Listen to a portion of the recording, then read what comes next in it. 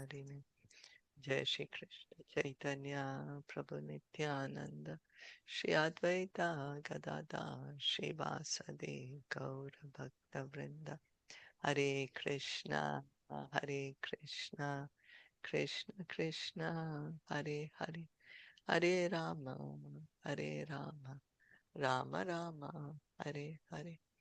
So this Janmashtami morning we continue reading from Srimad Bhagavatam, Canto 10.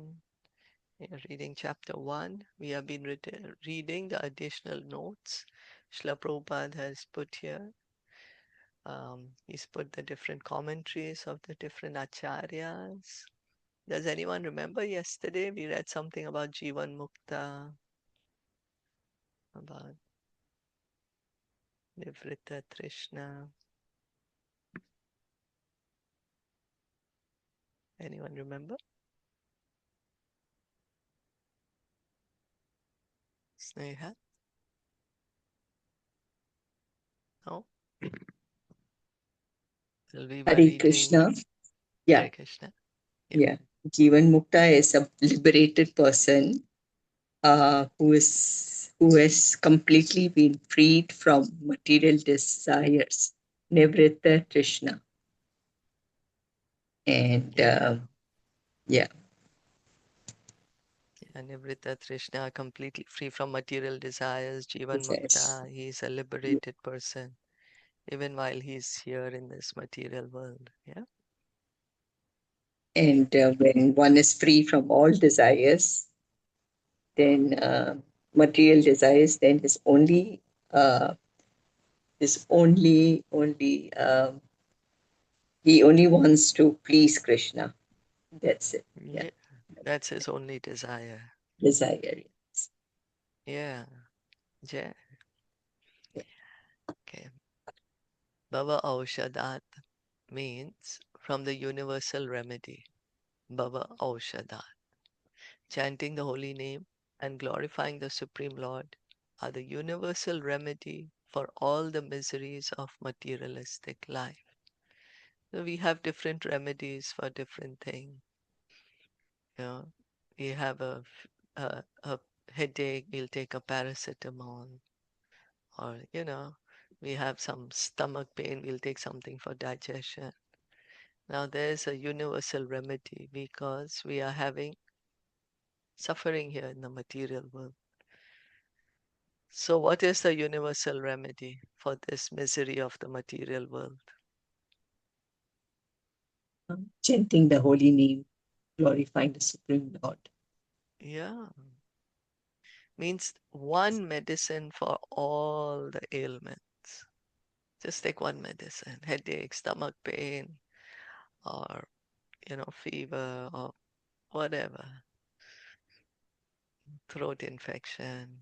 So one medicine here is saying. So how we are taking different medicines, yeah. But the miseries of materialistic life. What are the miseries of materialistic life?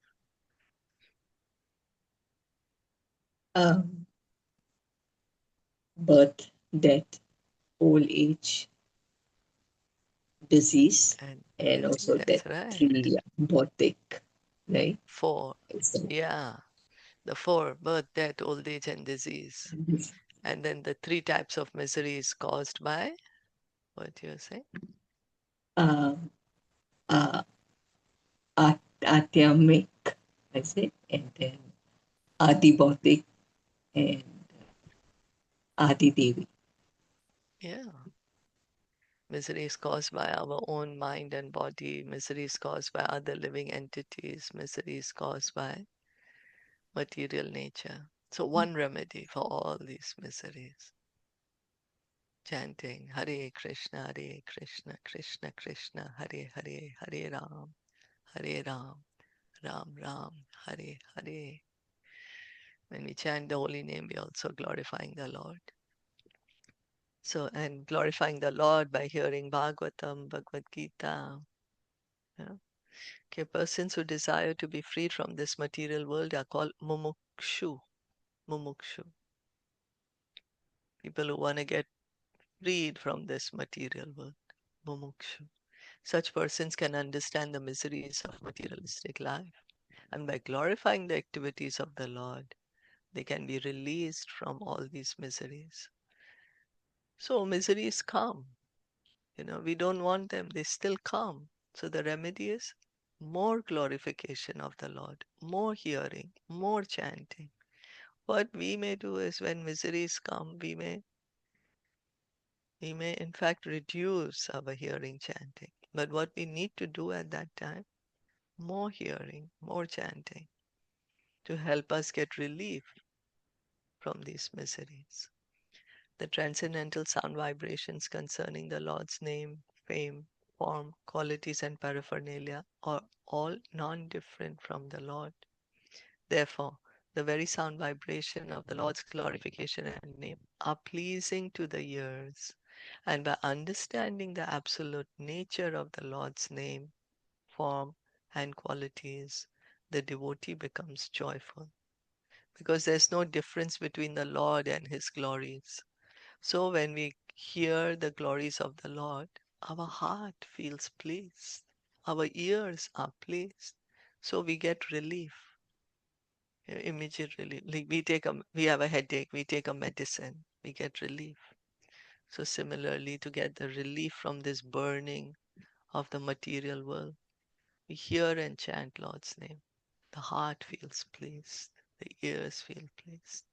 Even those who are not devotees, however, enjoy the pleasing narrations of the Lord's transcendental activities. Even consciousness takes pleasure. Uh, uh, I'm sorry. Even those who are not very much advanced in Krishna consciousness take pleasure in describing the narrations depicted in Srimad Bhagavatam. Srimad Bhagavatam, so sweet. Yeah? We relish hearing Bhagavatam.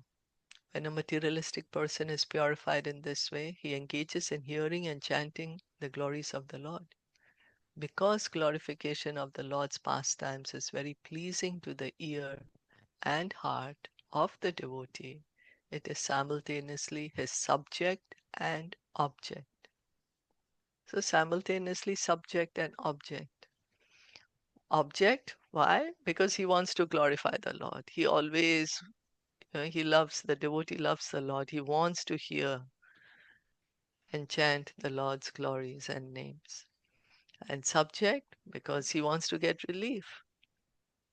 So automatically both the ends are being met. Devotional service is the means and also the end.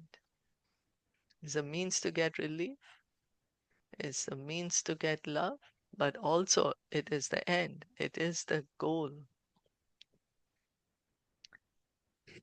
Because it's being with Krishna. Okay, in this world there are three kinds of men: those who are liberated, those who are trying to be liberated, and those entangled in sense enjoyment. So three types of people. One, already liberated. Two, who want to get liberated, have a desire. So they are trying to do something about it. And three, they don't know anything about liberation, sense enjoyment. Let's continue to enjoy this material world. Of these three, those who are already liberated chant and hear the holy name of the Lord, knowing perfectly that to glorify the Lord is the only way to keep oneself in transcendental position. So those who are liberated, they hear and chant the holy name of the Lord because they know that by hearing and chanting the name of the Lord, they are always liberated. So those who are trying to be liberated, the second class, may regard the chanting and hearing of the Lord's holy name as a process of liberation. And they too will feel the transcendental pleasure of this chanting. Right? So for for us, devotional service is a process. We say, let's hear and chant so that we can get liberated, so that we can be with Krishna. And those who are liberated, they continue to hear and chant because they feel transcendental pleasure. As for karmis and persons engaged in sense gratification, they may also take pleasure in hearing the pastimes of the Lord, like his fighting on the battlefield of Kurukshetra and his dancing in Vrindavan with the gopis. So everyone enjoys to hear the pastimes of Krishna. Today, all over the world, there will be, hearing and chanting the Lord's names. Everywhere in the world, there's going to be Krishna Katha going on. And people relish hearing Krishna Katha, the different leelas of Krishna.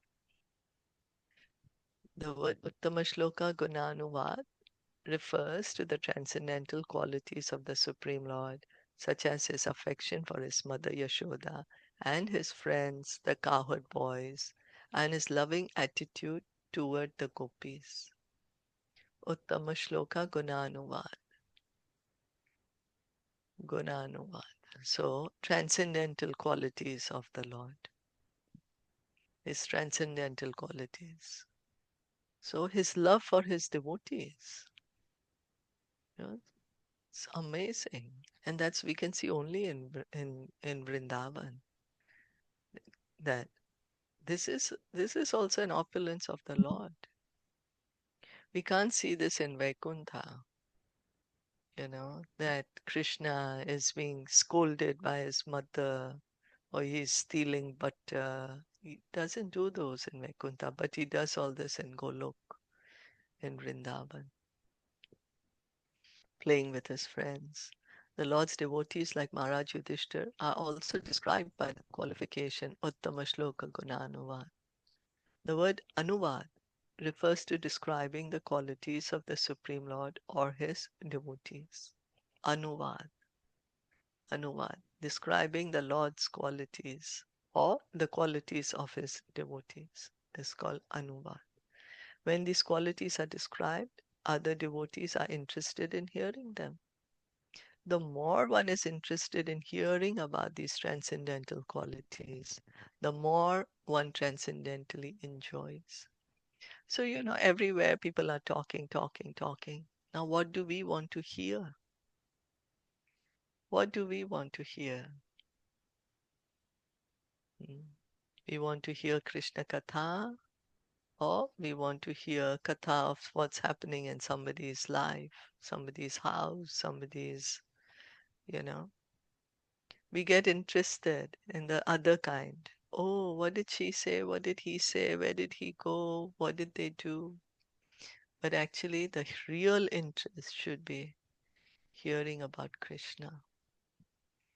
And we can see today, everywhere in the world, there's going to be a lot of hearing and chanting about Krishna everywhere. Everyone, therefore, including the mumukshus, the vimuktas, and the karmis, should chant and hear the glories of the Lord, and in this way, everyone will benefit. So, by hearing and chanting the glories of the Lord, we are benefited. The miseries of this material world are washed away. We can get liberation. We can revive our love for Krishna, our relationship with Krishna. We can see that he is really has such beautiful relationships. Mother Yashoda, the Gopas, the Gopis, the cows, with everyone.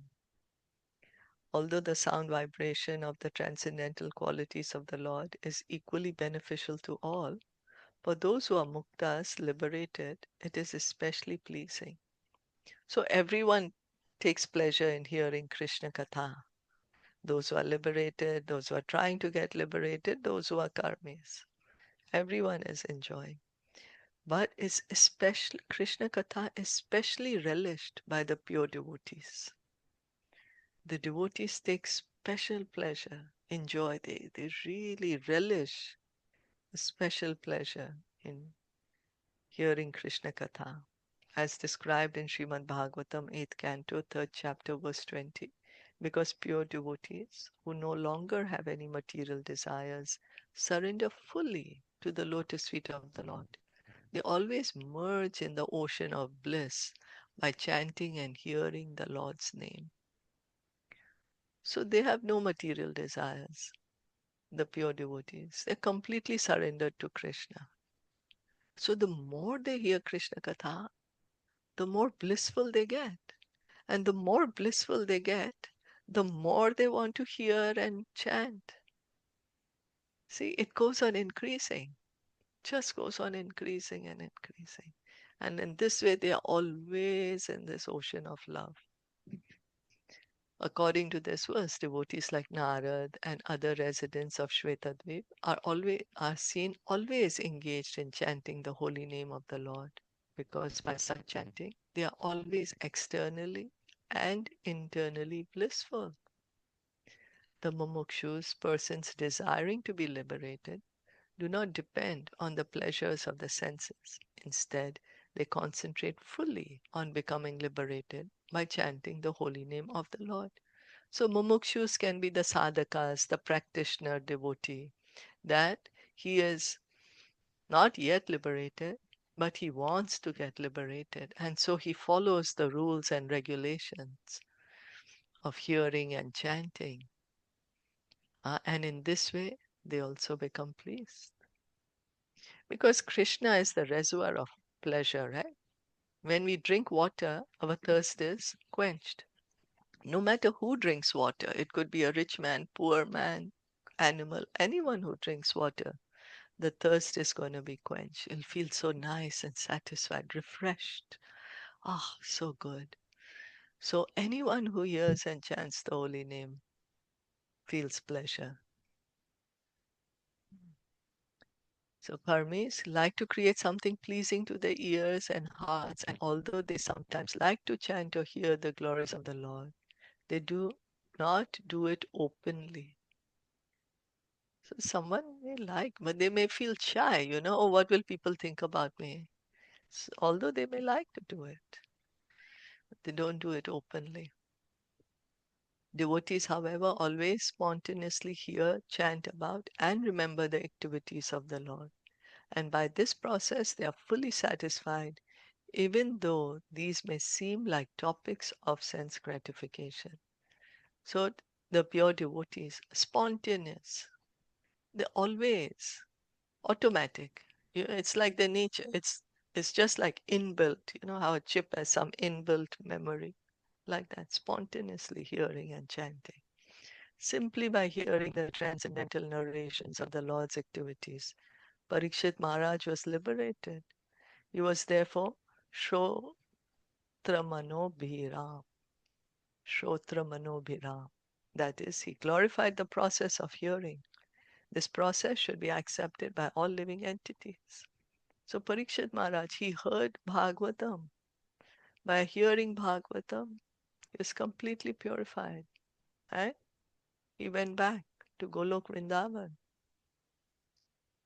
He was so absorbed in hearing Bhagavatam, we can see his eagerness. Sukadev Goswami says something, then Parikshit Maharaj is more eager to hear. Like Sukadev Goswami gave a brief summary of Krishna's pastimes at the end of ninth canto. Parikshit Maharaj was more eager to hear about Krishna's pastimes. So he asked them, I said, I want to know more. And so then that's how Sukadev Goswami is beginning the 10th canto, speaking all about the pastimes of Krishna.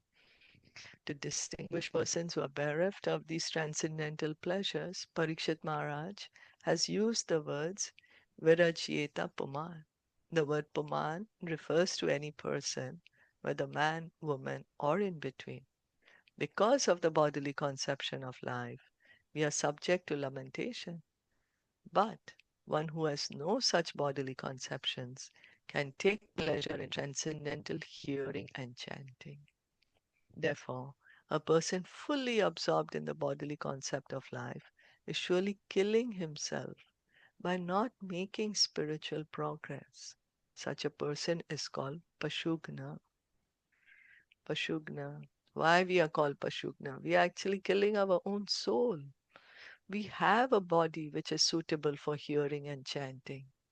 And by not hearing and chanting, we are depriving ourselves of this pleasure, of the transcendental pleasure that actually we are seeking. Especially excluded from spiritual life are the animal hunters who are not interested in hearing and chanting the holy name of the Lord. Such hunters are always unhappy both in this life and in the next. It is therefore said that a hunter should neither die nor live, because for such persons both living and dying are troublesome. So, animal hunter, why they said should neither die nor live? Why? Because when they are living, they are making others suffer. They're killing the animals. And when they die, they're going to get the result. So they are going to suffer too much in the hellish planets. So that's why a hunter is said, should neither die nor live. For a devotee is said, whether you die or live is the same thing. Why? Because while living, the devotee will hear and chant the glories of the Lord. And after death, he's going to continue to do the same. That's what the devotees do in spiritual world. Everyone is saying, oh, you know what Krishna did today? Oh, see how Krishna is looking so beautiful today. Oh, I'm going to put this for Krishna. These flowers I'm collecting for Krishna to put in his hair. So, everyone is just hearing and chanting about Krishna. The devotees, whether they are here or in whether he's living or he is dying, he's going to continue to hear and chant. So animal hunters are completely different from ordinary karmis, and thus they have been excluded from the process of hearing and chanting. Vina pashugnat, they cannot enter into the transcendental pleasure of chanting and hearing the holy name of the Lord. So, other than the animal hunters, anyone, even if ordinary karmi, ordinary persons engaged in sense gratification, can get this pleasure of hearing and chanting. Those who are devotees get pleasure in hearing and chanting. Those who are trying to be devotees getting pleasure in hearing and chanting. Any comments? So what it means is like animal hunters will never chant, hear or chant, is it? Yeah, They will not means have one that has thing to. in them that Yeah, it will never come to them like that. till the time they stop.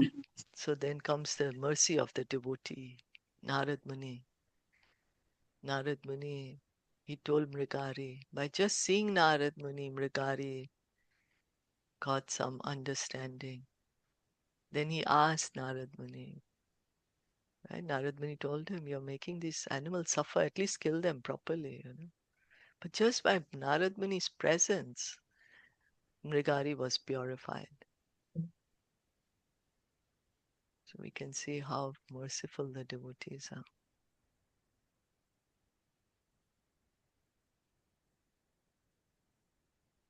But yeah, the point that was here, that one has to give up animal killing to be able to relish the transcendental pastimes of the Lord.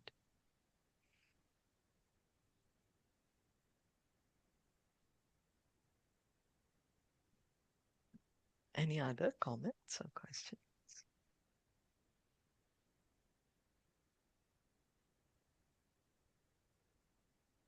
Okay, stop here. Srimad Bhagavatam ki jai, Srila Complete. Prabhupada ki jai, Gaur Bhakta Vrinda ki jai, Shri Krishna Janmashtami ki jai. Hari Bol.